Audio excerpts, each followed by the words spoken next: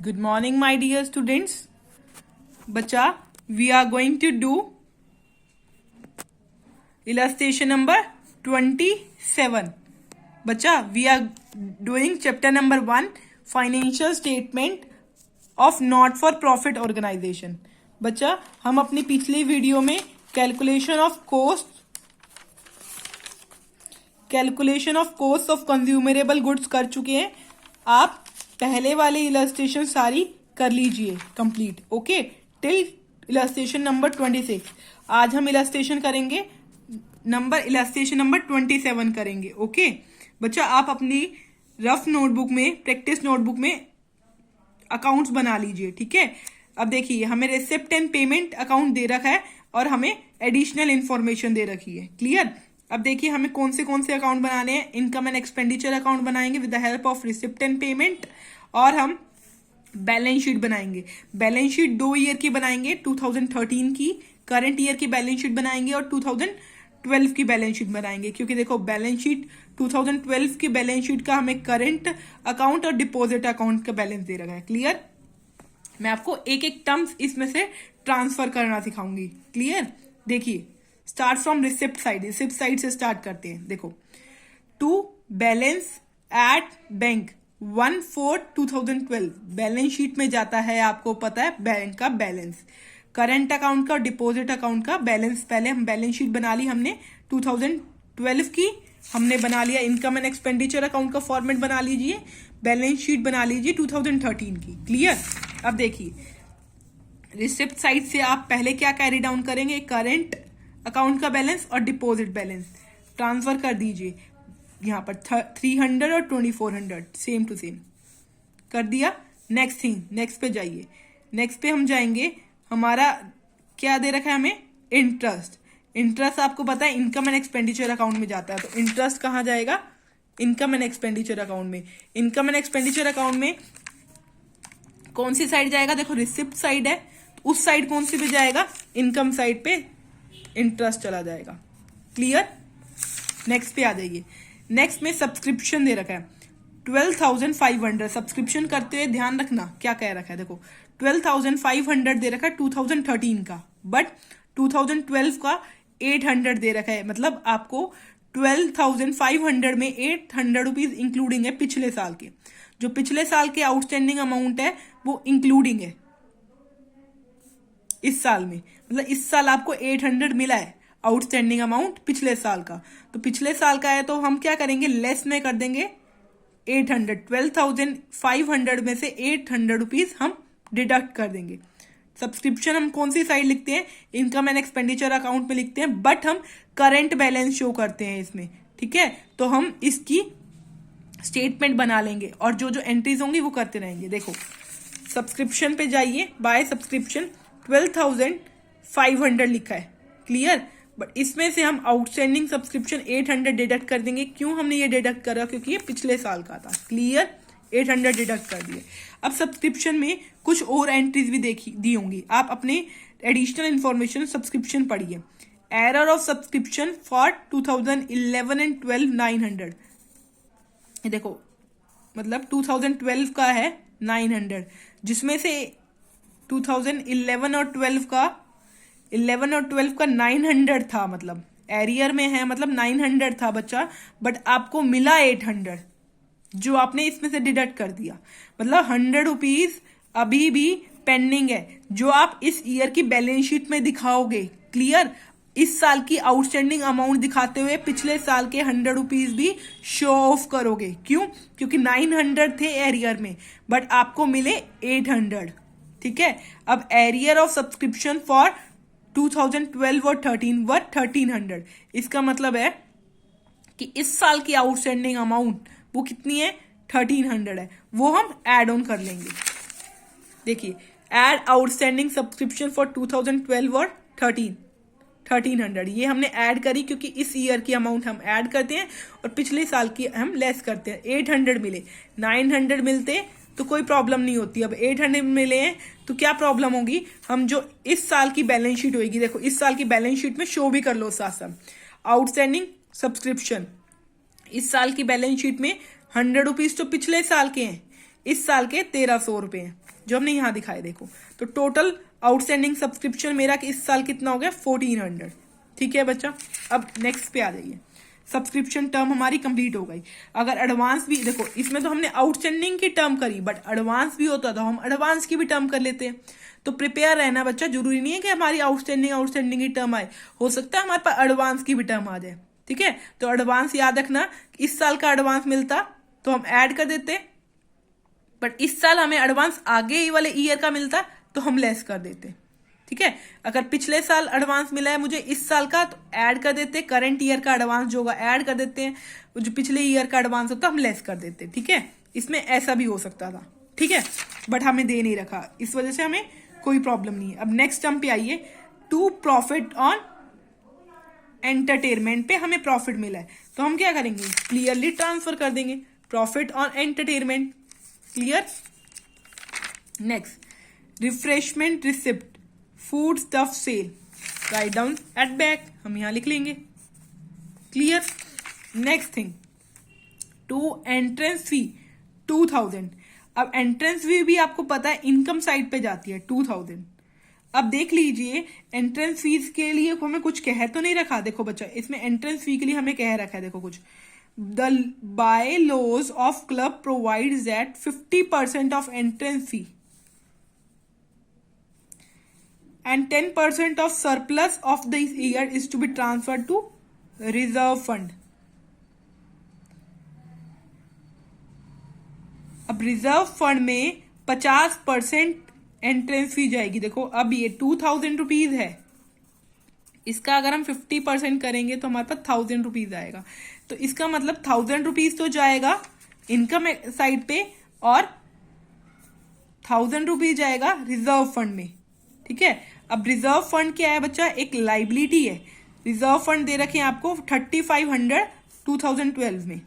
देखो reserve fund 2012 की balance sheet में डाला है 3500। ठीक है, बट जो हमने अब ये करी है एंट्री, ये कौन सी साइड पे जाएगा, इस साल की बैलेंस शीट में चेंजेस करोगे।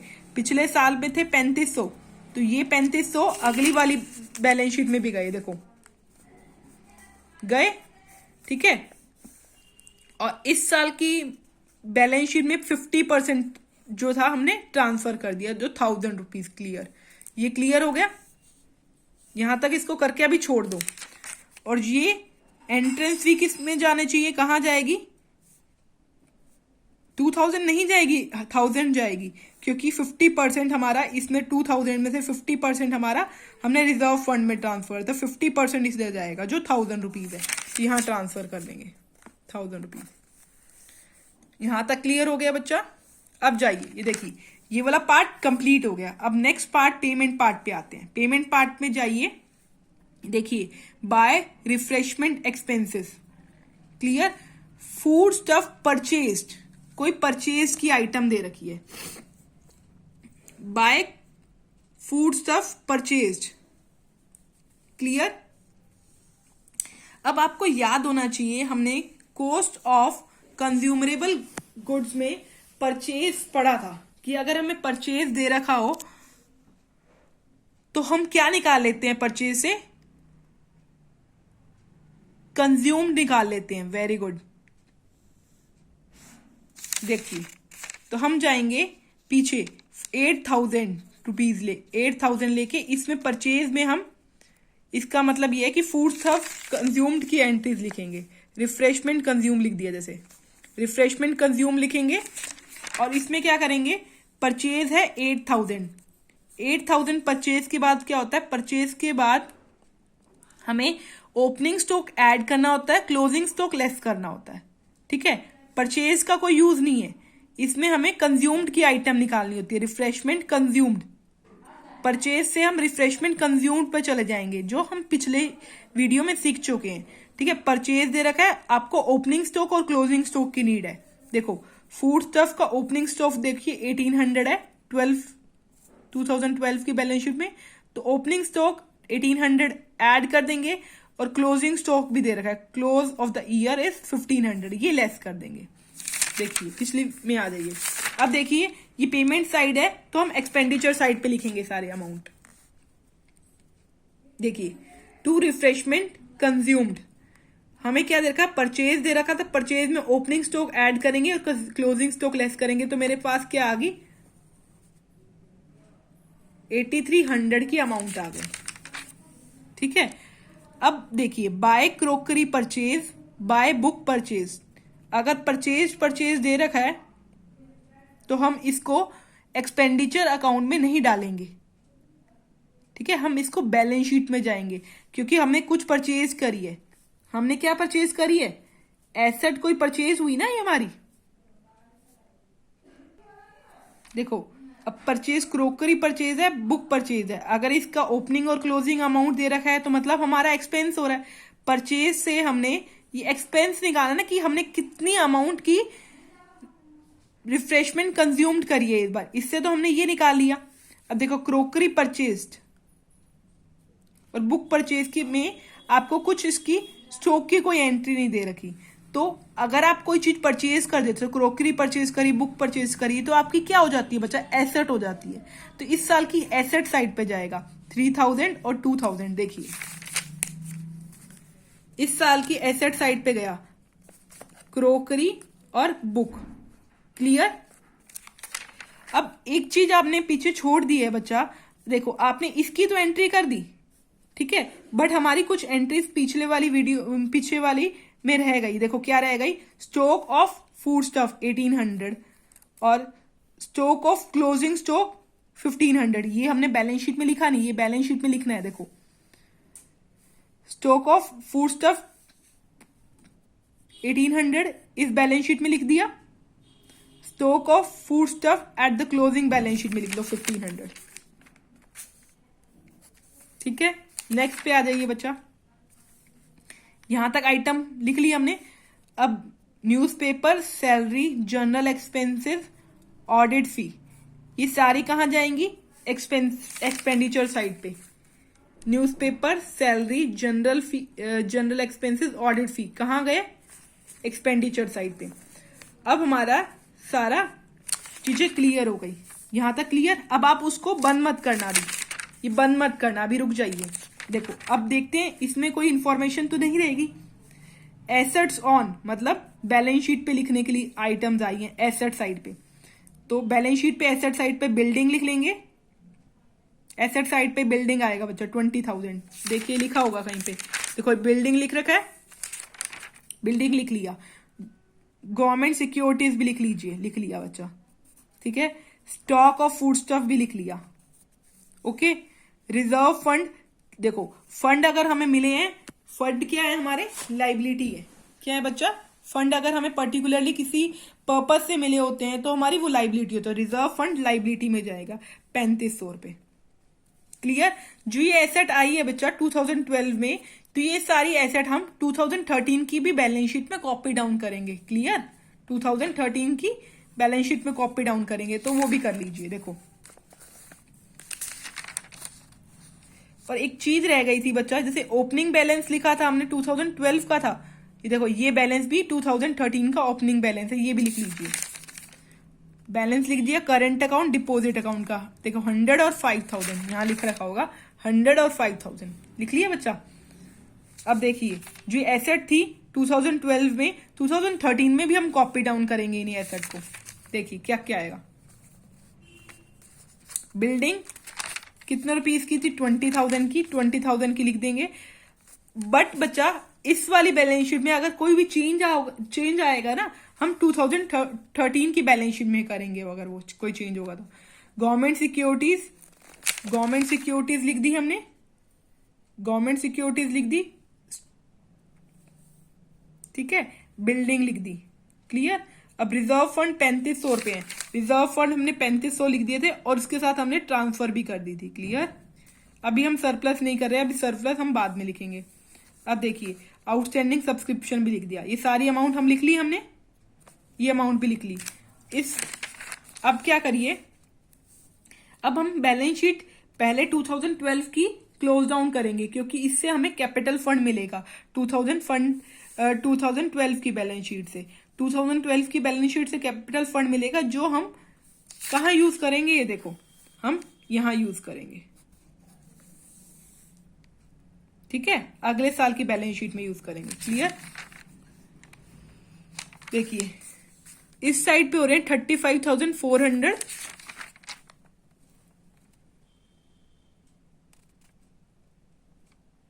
तो इस साइड पे भी 35,400 होने चाहिए।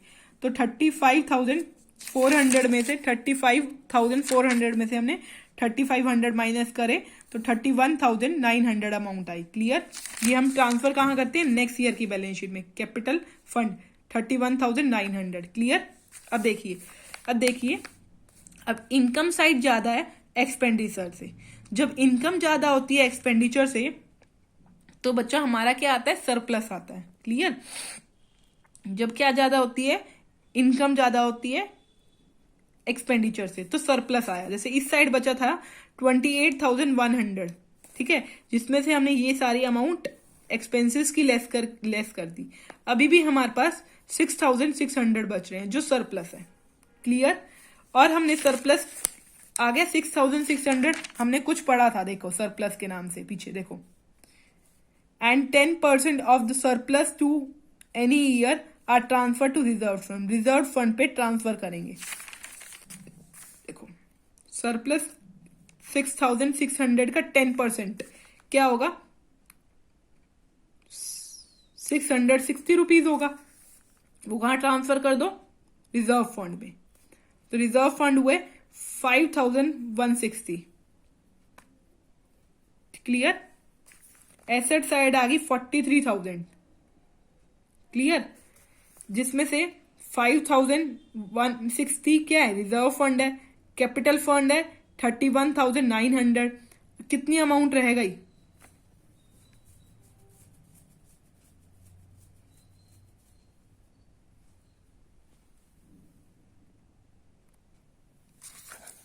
कितनी अमाउंट रहेगी? 5,940 जो हमें सरप्लस से मिल गए। सरप्लस भी हम यहां पर ऐड ऑन करेंगे कैपिटल फंड में। सरप्लस अमाउंट हमारे कैपिटल फंड में इंक्लूड होगी। सरप्लस था 6,600, जिसमें से 660 हमने रिजर्व फंड में ट्रांसफर कर दिए थे। तो ये दोनों अमाउंट बैलेंसिंग फिगर आई है कैपिटल और लाइबिलिटी की। क्लियर? आउटस्टैंडिंग सब्सक्रिप्शन हमने आ रहा है 1,300 था इस बार, और 100 रुपीज पिछली बार के बचे थे। देखो हमने ये देख लिया था पहले कि 900 इस साल का था, बट हमें 800 मिले हैं, जिसकी वजह से गैप आ गया 100 रुपीज का। इस बार 100 रुपीज का गैप हमने इस बार वाली बैलेंस शीट में कॉपी डाउन करा, वही स्टेटमेंट दे रखी है। क्लियर बच्चा? अब बच्चा आप आगे वाले सारे क्वेश्चंस कर सकते हैं। ठीक है, मैं आपको एक वीडियो और प्रोवाइड करूंगी इस चैप्टर में, अदरवाइज हमारा चैप्टर सब कंप्लीट हो गया। मंडे से हम नए बुक का नया चैप्टर करेंगे, शेयर चैप्टर। ठीक है, अब मैं आपको एक बात बताना चाह रही हूँ बच्चा, इस चैप्टर में मैं इलस्ट्रेशन नंबर 24 करवा रही हूँ आपको एक बार, क्योंकि बच्चा इसमें आपको कैश परचेज के बारे में दे रखा है। मैंने अभी तक आपको क्रेडिट परचेज करवाई थी, कैश परचेज के बारे में मैंने आपको कुछ नहीं बताया था। एक बार कैश परचेज देख लीजिए। देखिए आपको इनकम एंड एक्सपेंडिचर अकाउंट बनाना है 31 मार्च 2019 का, जिसमें आपको क्रेडिटर अकाउंट और स्टॉक अकाउंट दे रखा है। ठीक है, अब देखिए payment made to creditor amounting to 1,26,000 दे रखे हैं। ठीक है, क्रेडिटर्स की पेमेंट दे रखी है 1,26,000, जिसमें से हम इस साल के क्रेडिटर्स को माइनस कर देंगे और पिछले साल के पिछले साल के क्रेडिटर्स को लेस कर देंगे और इस साल के क्रेडिटर्स को ऐड कर देंगे, तो आपके पास आ जाएगी परचेजेस। ठीक है बच्चा? क्लियर?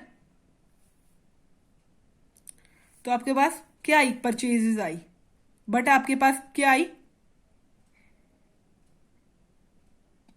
क्रेडिट परचेज आई, जो उधार पे परचेज करा गया है। ठीक है, stationery purchase in cash during the year, cash में भी परचेज हुई है स्टेशनरी। ठीक है, स्टेशनरी कंज्यूम निकालना है। स्टेशनरी कंज्यूम में बच्चा हमें क्रेडिट परचेज भी डालनी है और कैश परचेज भी डालनी है। तो क्रेडिट परचेज तो आपको आ गई निकालनी, 1,26,000 में से 30,000 हम पहले वाले माइनस कर देंगे, 24,000 ऐड कर देंगे। देखिए पीछे यहाँ पर पेमेंट मेड टू स्टेशनरी में 1,26,000 में 30,000 लेस कर दोगे और इस साल के ऐड कर दोगे तो क्रेडिट परचेज आ जाएगी 1,20,000। 1,20,000 आ गई क्रेडिट परचेज। अब हमें कैश परचेज का भी दे रखा है। Stationery purchase in cash during the year is 20% of total purchase of stationery. ठीक है, अब टोटल परचेज ऑफ स्टेशनरी हमें नहीं पता, जिसका 20% जो है कैश परचेज है। तो हम टोटल परचेज ऑफ स्टेशनरी हमने अज्यूम करा है 100। टोटल परचेज 100 होगी, जिसमें से कैश परचेज होगी 20। और हमें अगर हम टोटल परचेज में से कैश परचेज माइनस करते हैं तो क्रेडिट परचेज आती है 80। ठीक है, अब if the credit purchase is 80, अगर क्रेडिट परचेज 80 है और कैश परचेज 20 है, तो क्रेडिट परचेज की अमाउंट दे रखी है हमें, देखो, तो कैश परचेज की अमाउंट आ जाएगी। ठीक है, तो 20/80 इंटू में 1,20,000 करेंगे तो 30,000 हमारे पास अमाउंट आई। ये समझ आया? देखो, टोटल परचेज हमने अज्यूम कर ली 100, जिसमें से 20% था ना, तो वो कैश थी। और अगर 100 में से 20 माइनस कर दो, क्रेडिट परचेज 80 है। 80 का 120,000 दे रखा है। क्लियर? अब हमें 20% निकालना है, बट ओके, कैश परचेज 20 निकालना है, तो 20 कैश परचेज निकालना है। 1,20,000 देखो, 1,20,000 किसका है? 80 का है, क्रेडिट परचेज का ये अमाउंट। अब हमें 20 का निकालना है, यही इन्होंने कर रखा है बच्चा। तो 30,000 आ गई। तो 1,20,000 तो हमारी क्रेडिट परचेज थी, 30,000 बाद टोटल परचेज 1,50,000 आ गई। ठीक है, अब आपको पता है यहाँ परचेजेज लिखते हैं तो टोटल परचेज आएगा। यहाँ पर परचेज 1,50,000, जिसमें से ओपनिंग स्टॉक ऐड होता है, क्लोजिंग स्टॉक लेस होता है, जिसकी वजह से हमारे पास एक्चुअल स्टेशनरी कंज्यूम्ड आ गई 1,32,000। ठीक है बच्चा, अब सिमिलरली ऐसे ही आप 25 क्वेश्चन, 26 क्वेश्चन कर सकते हैं। 27 क्वेश्चन मैंने आपको करवा। बच्चा आप अपनी बुक की इलस्ट्रेशन नंबर 35 तक कंप्लीट कर लीजिए। बच्चा मैं आपको एक वीडियो और इस चैप्टर की प्रोवाइड करूंगी, then our topic will be finished. Okay बच्चा, थैंक यू वेरी मच।